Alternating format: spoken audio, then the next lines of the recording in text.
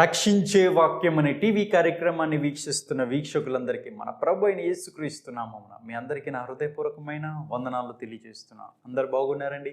మీరు బాగుండాలని, మీరు సంతోషంగా ఆనందంగా ఉండాలని, ప్రస్తుతమున్న ఈ పరిస్థితుల్లో ఆరోగ్యంగా ఉండాలని, ఆరోగ్యాన్ని కాపాడుకోవాలని, దేవుడు మిమ్మల్ని ఆరోగ్యంగా ఉంచాలని మీ అందరి కోసం ప్రత్యేకంగా ప్రార్థన చేస్తూ ఉన్నాను.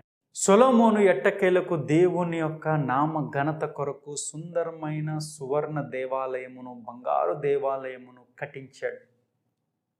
ఎందుకు అనంటే దేవుని మందిరము సకల దేశంలో ఘనమైనదై అది అందముగా ఉండవలెను అని సొలొమోను నిర్ణయించి, దాని అందమును బట్టి, దాని కీర్తిని బట్టి అది ఘనమైనదై ఉండాలి అని గ్రహించి గొప్పగా సొలొమోను దేవాలయమును బంగారంతో పొదిగించి కట్టించాడు.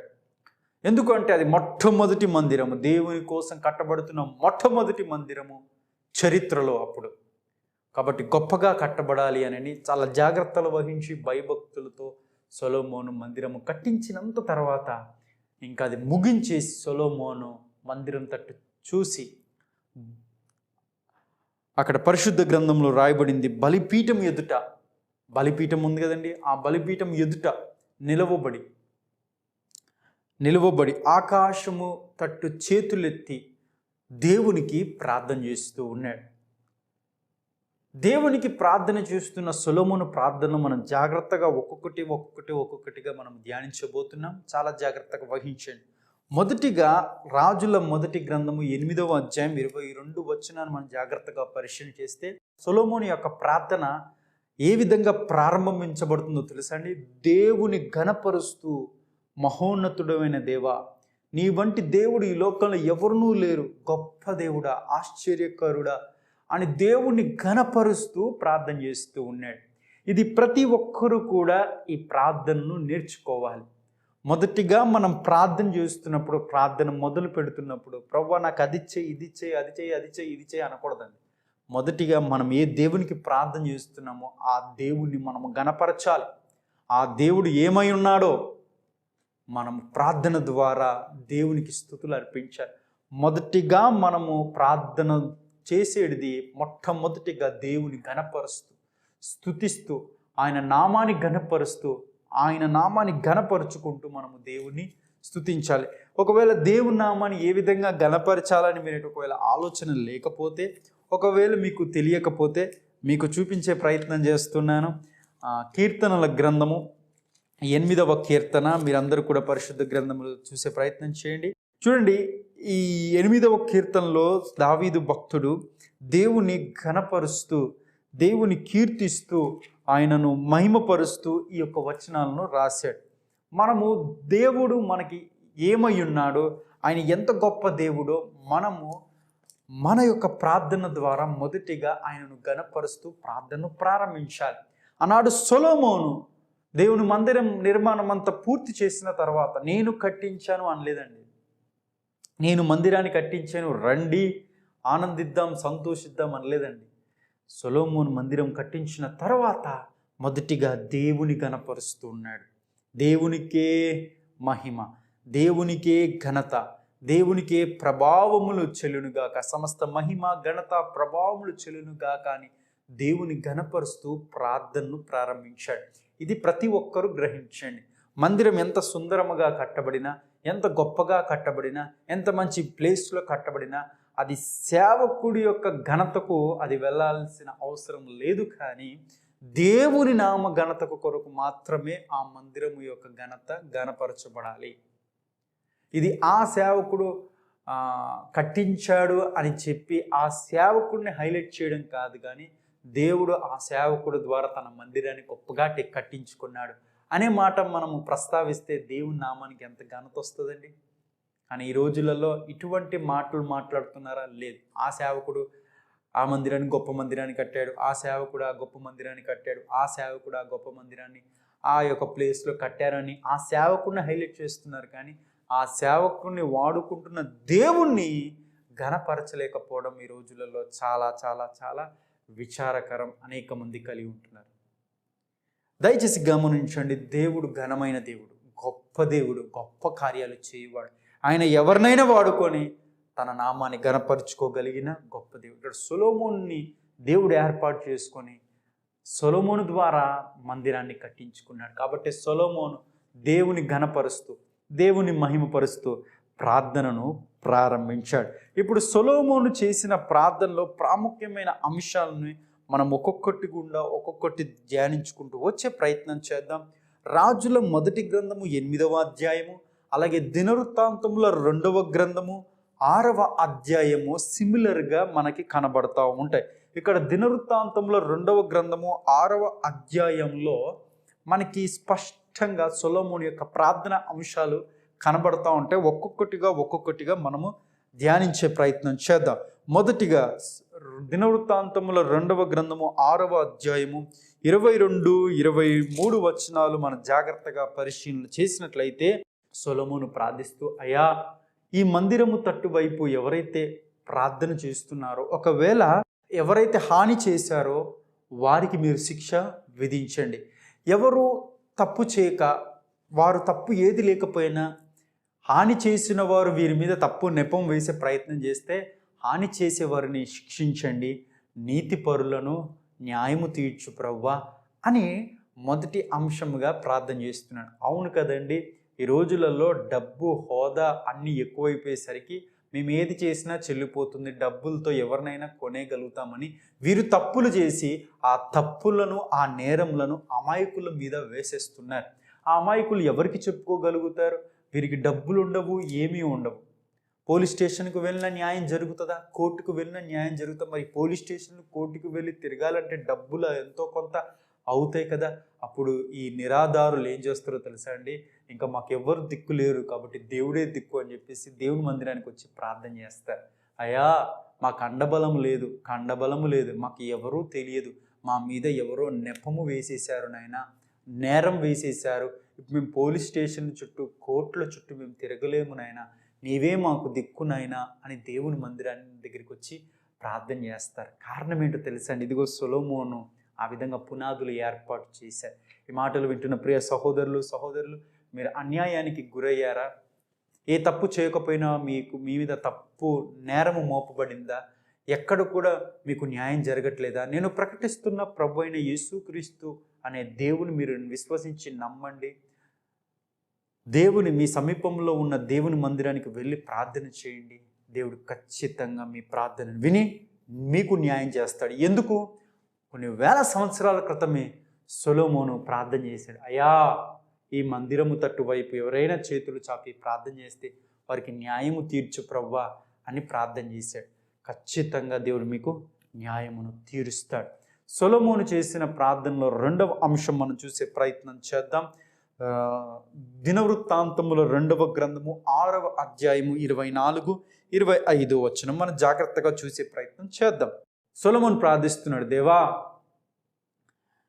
నీ ప్రజలైన ఇజ్రాయేలీలు ప్రజలు నీకు విరోధముగా పాపము చేసిన వారై ఒకవేళ ఉన్నట్లయితే శత్రువులు వచ్చి నీ ప్రజలైన ఇజ్రాయేలీలు ప్రజలను బందీలుగా తీసుకొని చెరలుగా తీసుకెళ్ళినప్పుడు, వారు బందీలుగా ఉన్నప్పుడు, శత్రు చేతిలో ఉన్నప్పుడు, అలాంటి పరిస్థితుల్లో ఇదిగో ఈ మందిరం వైపు చేతులెత్తి ప్రార్థించినప్పుడు దయచేసి వారి ప్రార్థనను విని వారి పాపములను క్షమించి శత్రువు చేతిలో నుండి వారిని విడిపించి మరలా వారు ఏ దేశం వారయ్యారో ఆ దేశానికి వారిని మీరే తీసుకురండి ప్రవ్వా అని ప్రార్థన చేస్తున్నాడు. ఎంత గొప్ప ప్రార్థన అండి!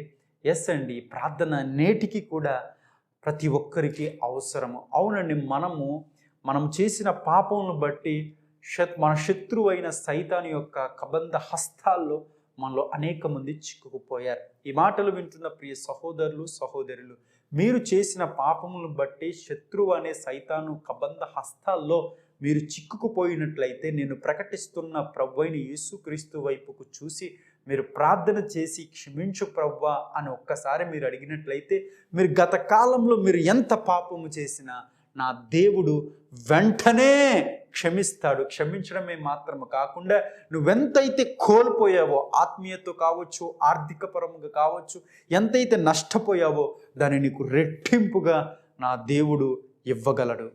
ఎందుకో తెలుసా, నాడు సొలొమోను ప్రార్థన చేశాడండి. మన పితరుడైన సొలొమోను ప్రార్థన చేశాడు, ప్రభువా, ఎవరైతే వారి పాపములను ఒప్పుకొని క్షమాపణ కోరుతారో వారిని క్షమించి శత్రువుల చేతిలో నుండి వారిని విడిపించు ప్రభువా అని ప్రార్థన చేశాడు. మన దేవుడు నమ్మదగిన దేవుడు అండి. మన పితరుడు చేసిన, సొలొమోను చేసిన ప్రార్థన దేవుడు ఖచ్చితంగా విన్నాడండి. మనము ఇప్పుడు దేవుని వైపుకు చేతులెత్తి ప్రార్థన చేస్తే మనం ఏ శత్రువుల చేతిలో మనం చిక్కబడి ఉన్నామో ఆ శత్రువుల చేతుల్లో నుండి, వేటగాని ఊరిలో నుండి మనలను విడిపించగలిగిన సమర్థత కలిగిన గొప్ప దేవుడు నేను ప్రకటిస్తున్న ప్రభు అయిన యేసుక్రీస్తు. సొలొమోను చేసిన 3వ ప్రార్థన మనం చూసే ప్రయత్నం చేద్దాం. ఆ ప్రార్థన యొక్క సారాంశంలో 3వ అంశము చూసే ప్రయత్నం చేద్దాం. దినవృత్తాంతముల 2వ గ్రంథము 6వ అధ్యాయము 26వ వచనం. సొలొమోను చేస్తున్న ప్రార్థనలో మరొక అంశం, 3వ అంశము ఏంటో తెలుసా అండి? ఆ రోజులలో ఇజ్రాయేలు ప్రజలు, దేవుని ప్రజలు పాపము చేసి భయంకరంగా దేవునికి విరోధంగా జీవిస్తున్నప్పుడు ఒక్కొక్కసారి దేవుడు వాన కురవకుండా దేవుడు చేసేవాడంట. అదే మనము అహాబు జీవితంలో మనము చూస్తూ ఉంటాం. అహాబు రాజు పరిపాలిస్తున్నప్పుడు దేవునికి ఇష్టానుసారంగా కాకుండా దేవునికి వ్యతిరేకంగా జీవిస్తూ తమ ఇష్ట ప్రకారంగా పరిపాలన చేస్తూ ప్రజల్ని ఏమాత్రం దేవుని వైపుకు త్రిప్పకుండా తమ వైపుకు త్రిప్పుకుంటూ, బయలుదేవతల వైపుకు త్రిప్పుకుంటూ ప్రజలను ఆ విధంగా పరిపాలిస్తున్నప్పుడు దేవుని కోపం వచ్చింది. వెంటనే ఏలియాను దేవుడు పంపించాడు. ఏలియా అహాబు దగ్గరికి వచ్చి, అహాబు, నువ్వు దేవునికి విరోధంగా జీవిస్తున్నావు కాబట్టి సెలవిస్తున్నాను, నా మాట సెలవిచ్చే కాకుండా అనగా నేను కురవమంటేనే, అనగా దేవుడు ఆజ్ఞాపిస్తేనే వాన కురుస్తుంది, లేకపోతే కురవదు అని చెప్పేసి వెళ్ళిపోయాడండి. తర్వాత వాన కురవలేదండి, దేశం అల్లాడిపోయిందండి. అండి, వాన కురవకపోతే పంటలు పండుతాయా చెప్పండి? పంటలు పండుతాయా? మనము గత కాలాల్లో చూస్తూ ఉంటాం. కొన్ని సందర్భాల్లో వాన కురవకుండా అల్లాడిపోతున్న రైతులు ఎంతోమంది పంట వేసుకొని, అనగా ధాన్యం వేసుకొని వాన వైపు చూస్తూ నిరీక్షణ కలిగి ఉండి, వాన రాకపోయినప్పుడు, వర్షం రాకపోయినప్పుడు, ఆ యొక్క విత్తనాలుగా ఉన్నప్పుడు ఎంతో ప్రయాస, ఎంతో కష్టపడినప్పటికీ ఏమాత్రం పంటను చూడలేకపోతే ఎంత బాధ చెప్పండి. తర్వాత పంట పండకపోతే అన్ని రేట్లు పెరిగిపోతాయి. రేట్లు పెరిగిపోతే ఆర్థిక నష్టం ఎంతో వస్తూ ఉంటుంది. ఇదంతా గమనించిన సొలొమోను ప్రార్థిస్తున్నాడు, అయ్యా, దేశం సుఖము, సంతోషము, సౌభాగ్యంగా ఉండాలని నేను ఎప్పుడూ కోరుకుంటున్నాను నాయనా. నీ ప్రజలైన ఇజ్రాయేల్ ప్రజలు వారు చేసిన పాపములను బట్టి మీరు వారికి బుద్ధి రావాలని చెప్పేసి వర్షాన్ని ఆపేస్తే వారు మరలా వారి పాపములను ఒప్పుకొని నీ వైపుకు తిరిగి క్షమించు. ఇక్కడ సొలొమోను ప్రార్థన చేస్తున్న 4వ అంశాన్ని మనం చూస్తాం. ప్రార్థన చేస్తున్నాడు, ప్రభువా, నీ ప్రజలు కరువులో ఉన్నప్పుడు, తెగులు బారిన పడినప్పుడు, పంటలు నష్టపోయినప్పుడు, రోగముల చేత బాధపడుతున్నప్పుడు, ఇలాంటి కరువు బాధల్లో ఉన్నప్పుడు వారు ఒక్కసారి నీ వైపు చేతులు, అనగా ఈ మందిరము తట్టు వైపు చేతులు చాపి ప్రార్థన చేస్తే దయచేసి వారి కరువులో నుండి వారిని విడిపించండి, వారి రోగంలో నుండి వారిని విడిపించండి, తెగులు నుండి వారిని విడిపించండి, మిడతల నుండి వారిని విడిపించు ప్రభువా అని ప్రార్థన చేస్తున్నాడు. అవునండి, ఇప్పుడు ఈ ప్రార్థన మనకి ఎంతైనా అవసరమా కాదండి? గత కాలాల్లో కరోనా తెచ్చిన కష్టానికి అనేక మంది కరువు బారిన పడిన వారు మనలో ఉన్నారు. చేతులు ఖాళీ అయిన వారు, పర్సు ఖాళీ అయిన వారు, బ్యాంక్ బ్యాలెన్స్ నిల్లైపోయిన వారు, ఇంట్లో కనీసం ఒక పూట భోజనాన్ని చేసుకోవడానికి కూడా కష్టమైన పరిస్థితుల్లో కలిగిన వారు చాలామంది మనలో ఉన్నారు. ఆ పరిస్థితుల్లో కూడా మన దేవుడు మనకు సహాయం చేశాడా లేదని ఒకసారి ఆలోచించండి. కరువు పరిస్థితులు వస్తాయి, తెగులు పరిస్థితులు వస్తాయి, ఇబ్బందుల పరిస్థితులు వస్తాయి. ఇలాంటి పరిస్థితులు వచ్చినప్పుడు మనం ఎందుకు వచ్చింది ఈ పరిస్థితి అని దేవుని ప్రశ్నించకూడదు, కానీ దేవుని తట్టు వైపు చేతులెత్తి, ప్రభువా, ఈ పరిస్థితుల్లో నుండి మీరు మమ్మల్ని పోషించగలిగిన గొప్ప దేవుడు, సంరక్షించగలిగిన గొప్ప దేవుడు, ఆరోగ్యాన్ని ఇవ్వగలిగిన గొప్ప దేవుడు, ఈ తెగుల బారి నుండి విడిపించగలిగిన గొప్ప దేవుడు ప్రభువా అని దేవుడి వైపు చూసి మనం చేతులెత్తి ప్రార్థన చేస్తే దేవుడు ఖచ్చితంగా వింటాడండి. ఎందుకో తెలుసా? మన పితరుడైన మహాజ్ఞాని అయిన రాజైన సొలొమోను ప్రార్థన చేశాడు, అయ్యా, ఎవరైనా నీ ప్రజలు కరువు బారిన పడితే, తెగుల బారిన పడితే ఈ మందిరం తట్టు వారి చేతులెత్తి ప్రార్థించినప్పుడు ఆ కరువులో నుండి, ఆ తెగుల్లో నుండి, ఆ మిడతల్లో నుండి వారిని విడిపించు నాయనా అని ప్రార్థన చేశాడు. మనమందరము ఇప్పుడు ఈ ప్రార్థన జ్ఞాపకం చేసుకోవాలి. ఎందుకండి, కరోనా పరిస్థితులు, కరోనా తెచ్చిన కష్టానికి రోజులు అనేక మంది అల్లాడిపోతున్నారు, బిక్కుమంటూ జీవిస్తున్నారు. మాకు వచ్చేస్తుందేమో, మా కుటుంబ సభ్యులకు వచ్చేస్తుందేమో, మా కుటుంబ సభ్యులకు మాకు వస్తే ఏంటి పరిస్థితి, ఎవరు పట్టించుకుంటారు, ఇంకా మా జీవితం ఏంటి, మా భవిష్యత్తు ఏంటి, ఎవ్వరు కూడా ఊహించలేనటువంటి విధముగా ప్రతి ఒక్కరు జీవిస్తున్నారు. ప్రపంచంలో ఎవ్వరికి అర్థం కాని వింత వ్యాధి ఇదిగో ఈ కరోనా వ్యాధి. దీని ట్రీట్మెంట్ తీసుకునేటటువంటి లోపే చాలామంది ప్రాణాలు విడిచేసి వెళ్తున్నారు. ఇదే మిక్కిలి అనుకూల సమయం, ఇదే రక్షణ దినం. దేవుని వైపు చేతులెత్తి ప్రార్థిద్దాం. ప్రభువా, ఈ యొక్క తెగులు నుండి మమ్మల్ని విడిపించగలిగిన గొప్ప దేవుడవు నీవేనని ఆనాడు మా పితరుడైన మహాజ్ఞాని అయిన సొలొమోను రాజు మందిరము కట్టించిన తర్వాత మందిరం వైపు చేతులు చాపి ప్రార్థన చేశాడునైనా. ఇదిగో మేము ప్రార్థిస్తున్నాం, దయచేసి తెగుల బారి నుండి మమ్ములను, మా దేశాన్ని విడిపించు నాయన అని మనమందరము కూడా ప్రార్థన చేయవలసిన వారమై మనం ఉన్నాం. ఈ సొలొమోను చేసిన ప్రార్థనలో 5వ అంశాన్ని మనం జాగ్రత్తగా ఆలోచన చేద్దాం. దినవృత్తాంతముల 2వ గ్రంథము 6వ అధ్యాయం 32-33 వచనాలు. తను చేసిన ప్రార్థన అంశాల్లో 5వ అంశం ఏంటో తెలుసా అండి? అన్యజనుల గురించి చేస్తున్నాడు. అయ్యా, మా దేశానికి ఎవరైనా అన్యులు ఒకవేళ వచ్చినట్లయితే, ఈ మందిరాన్ని గురించి వారు తెలుసుకున్నట్లయితే, వారి దేశం వారు కాకపోవచ్చు, కాకపోయినప్పటికీ కూడా వారు పొరుగు దేశం వారు, అన్యులు, వారు నీ వైపుకు అనగా ఈ మందిరం వైపుకు చేతులెత్తి ప్రార్థన చేస్తే వారు ఏ ప్రార్థన విన్నపమునైనా సరే దయచేసి ఆలకించు ప్రభువా అని ప్రార్థన చేస్తున్నాడు.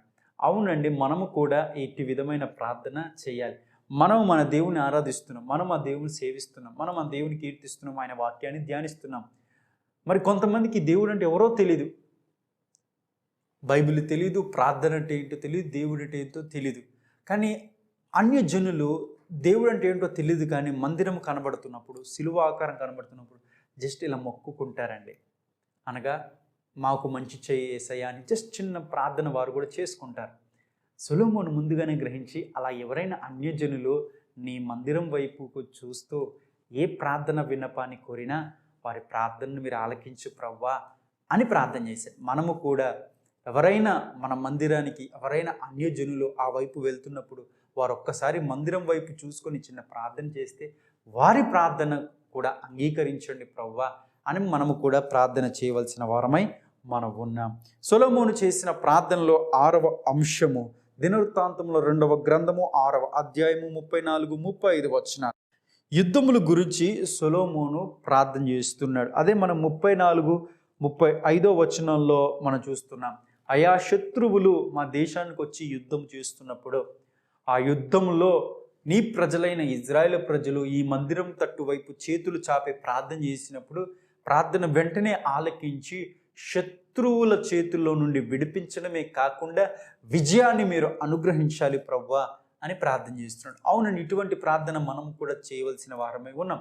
మన మీద శత్రు దాడి ఎప్పుడు జరుగుతూనే ఉంటుంది. మనకి గిట్టని వారు, మనమంటే అసూయపడేవారు, మన పేరైనా సరే మనల్ని చూసిన ఎందుకో కోపాన్ని పెంచుకునేవారు, శత్రువులు, మనకి వ్యతిరేకంగా ఉండేవారు ఈ సమాజంలో ఉంటూనే ఉంటారు. అలాంటి వారు మనకి ఎదురవుతున్నప్పుడు, తారసపడుతున్నప్పుడు, వారు మనల్ని ఏదో ఒకటి చేయాలని వారు ఆలోచిస్తున్నప్పుడు మనం ఈ ప్రార్థించాలి. ప్రవ్వా, శత్రువుల చేతిలో నుండి మమ్మల్ని విడిపించండి, అంత మాత్రమే కాకుండా ఆ శత్రువుల మీద మాకు విజయాన్ని అనుగ్రహించండి ప్రవ్వా అని మనముకు ప్రార్థన చేసినట్లయితే దేవుడు ఖచ్చితంగా ప్రార్థనను ఆలకిస్తాడు. చివరిగా సొలొమోను చేసిన ప్రార్థనలో చివరి అంశము దినవృత్తాంతముల 2వ గ్రంథము 6వ అధ్యాయం 36-37 వచనం. నీ ప్రజలైన ఇజ్రాయేల్ ప్రజలు పాపము చేస్తే, పాపము చేయవాడు ఎవడు లేడు, ఒకవేళ పాపము చేస్తే ఆ పాపమునకు ప్రాయశ్చిత్తముగా వారు శిక్షను అనుభవించిన వారు అవుతున్నట్లయితే, ఆ శిక్షను అనుభవిస్తున్న సమయంలో మేము చేసిన పాపమును బట్టే మాకు శిక్ష వచ్చింది అనేటటువంటి గ్రహింపు వారు గ్రహించినప్పుడు వారి బుద్ధి తెచ్చుకొని వారి యొక్క చెడుతనమును విసర్జించి, మేము చేసిన పాపమును బట్టి మాకు ఈ శిక్ష వచ్చింది, అయ్యో దేవా మా పాపములను క్షమించి మమ్మల్ని విడిపించవా అని ఈ మందిరము తట్టు చేతులెత్తి ప్రార్థన చేసినప్పుడు వారి పాపములను క్షమించి వారిని విడిపించు ప్రవ్వా అని ప్రార్థన చేశాడండి సొలొమోను. అవునండి, మన దేవుడు పాపములను క్షమించేవాడు. నేను ప్రకటిస్తున్న ప్రభువైన యేసుక్రీస్తుకు పాపము అంటే అసహ్యము, కానీ పాపి అంటే ప్రాణము. అర్థమైందండి? నేను ప్రకటిస్తున్న ప్రభువైన యేసుక్రీస్తు అనే దేవుడికి పాపము అంటే అసహ్యము, పాపి అంటే ప్రాణం. ఎందుకు అనంటే ఆ పాపిని కొరకు తన విలువైన రక్తాన్ని కాచి ప్రాణాన్ని పెట్టాడు కాబట్టే పాపి అంటే దేవునికి ప్రాణం. ఆ పాపిని పాపము నుండి విడిపించి పరిశుద్ధునిగా చేయగలడు నా ప్రభువైన యేసుక్రీస్తు. ఎంత పాపం చేసినా, ఎన్ని ఘోరాలు చేసినా, ఎన్ని నీచమైన కార్యాలు చేసినా, ఎన్ని దొంగతనాలు చేసినా, ఎన్ని కూనీలు చేసినా, ఎంతమందిని మోసం చేసినా, నీ జీవితాన్ని నీవే విరక్తి చెంది ఇంకా నా జీవితం వేస్ట్ అని అనుకుంటే ఒక్కసారి ఆగయ్యా, ఆగమ్మా, నీ జీవితానికి నా ప్రభువైన యేసుక్రీస్తుకు అప్పగించు. నువ్వెంత పాపమైనా సరే నా దేవుడు ఒక్క సెకండ్లో నీ పాపనంతా కూడా తన విలువైన రక్తంతో కడిగి నేను పవిత్రునిగా చేసి నేను తన బిడ్డగా మార్చుకోగలిగిన గొప్ప దేవుడు. అదే సొలొమోను ప్రార్థన చేస్తున్నాడు. అయ్యా, ఎవరైనా పాపం చేసిన వారు మరల వారు బుద్ధి తెచ్చుకొని నీ మందిరము తట్టు చేతులెత్తి ప్రార్థన చేసినప్పుడు వారి ప్రార్థన ఆలకించి వారిని క్షమించు ప్రభువా అని ప్రార్థన చేశాను. చూడండి, సొలొమోను చేసిన ప్రార్థన ఎంత అద్భుతమైనదండి. ఈ ప్రార్థన అంశాలని నేను ధ్యానించినప్పుడు నాకు ఎన్నో ఆత్మీయ పాఠాలు దేవుడు నేర్పించాడు. ఆ ఆత్మీయ పాఠాలని ఇదిగో ఈ సందేశాలుగా మీకు అందించాను. మనము మన దేవుని కోసం గొప్పగా ప్రార్థన చేద్దాం. మన కొరకే కాకుండా మన దేశం కోసం ప్రార్థన చేద్దాం. ఇక్కడ సొలొమోను ఇన్ని ప్రార్థన అంశాలను సొలొమోను కొరకు కానీ సొలొమోను కుటుంబం కొరకు కానీ ఎక్కడ చేసినట్టుగా కనపడదండి. మందిరం కట్టాడు, చేతులు ఎత్తాడు, బలిపీఠం దగ్గర ప్రార్థన చేశాడు, దేశ ప్రజల కోసం ప్రార్థన చేశాడు. మనమందరము కూడా దేశ ప్రజల కోసం మనం ప్రార్థన చేద్దాం. సొలొమోను చేసిన ప్రార్థనలో, సొలొమోన్ ప్రేయర్లో ద గ్రేటెస్ట్ ప్రేయర్ ఏదైనా ఉందంటే ఇదే. మనము కూడా మన దేశం కోసం ప్రార్థన చేద్దాం. మన దేశం బాగుపడాలని, మన దేశంలో ఉన్న వారందరూ సుఖము, సంతోషము, సౌభాగ్యంతో జీవిస్తూ మన ప్రభువైన యేసుక్రీస్తును సంపూర్ణంగా రక్షకుడిగా అంగీకరించాలని మనము కూడా సొలొమోను వలె ప్రార్థన చేద్దాం. రండి, ప్రార్థన చేద్దాం. కళ్ళు మూసుకొని తల వంచి. ప్రేమ స్వరూపుడైన మా ప్రియ పరలోకపు తండ్రి, వందనాలు. వేల సంవత్సరాల క్రితం సొలొమోను నాయనా మందిరమును కట్టించి బలిపీఠం ఎదురు నిలబడి చేతులెత్తి ప్రార్థన చేశాడు. ఆ ప్రార్థన అంశాలు మేము ధ్యానించాం. ఎంత అద్భుతమైనవి నాయన. సొలొమోను ప్రభువా నాయనా, మీకు అలాగే ప్రజలకు ఒక మధ్యవర్తిగా ఉండి ప్రజలను మిమ్ములను ఐక్యపరిచాడు. ఈ ప్రార్థన అంశాల యొక్క సారాంశం అదే. అయా ప్రభా, మేము కూడా మా దేశ ప్రజల కోసం ప్రార్థన చేసేటటువంటి ప్రార్థనాత్మను దయచేయమని ప్రార్థిస్తున్నాం. ఎవరైతే ఈ టీవీ వీక్షిస్తున్నారో ఇక నుండి నైనా గొప్ప ప్రార్థన పరులుగా ప్రతి ఒక్కరిని చేసి మీ నామాన్ని ఘనపరిచే విధముగా వాడుకోమని ప్రార్థిస్తున్నాం. ఈ కార్యక్రమాలు ఆగకుండా క్రమంగా కొనసాగే కృపను అనుగ్రహించి, ఈ కార్యక్రమాలకు నీ అభిషేకమును అనుగ్రహించి, ఆర్థికమైన అవసరతను కూడా అనుగ్రహించమని ప్రార్థన చేస్తున్నాం. అయా, ఇంకా ఈ శ్రేష్టమైన సందేశాలు అనేక మందికి చేరువేయడానికి సహాయం చేయమని, మరలా రేపటి సందేశం కొరకు మమ్మల్ని సిద్ధపరచమని యేసుక్రీస్తు నామమున ఈ ప్రార్థన అడిగి వేడుకుంటున్నాము తండ్రి, ఆమేన్. ఇప్పటి వరకు శ్రేష్టమైన వర్తమానమును విన్నారు కదండి. మరలా ఇదే సమయానికి మనం రేపు కలుసుకుందాం. మరలా శ్రేష్టమైన వర్తమానంతో మీ ముందుకు రాబోతున్నాను. మీకు ఏదైనా ప్రేయర్ రిక్వెస్ట్ ఉన్నట్లయితే మా నెంబర్స్కి మీరు వెంటనే ఫోన్ చేయండి. మీకోసం భారంతో ప్రార్థన చేయడానికి సిద్ధంగా ఉన్నాను. అటు దేవుని యొక్క మహాకృప మీకు సమృద్ధిగా తోడేను కాక. God bless you.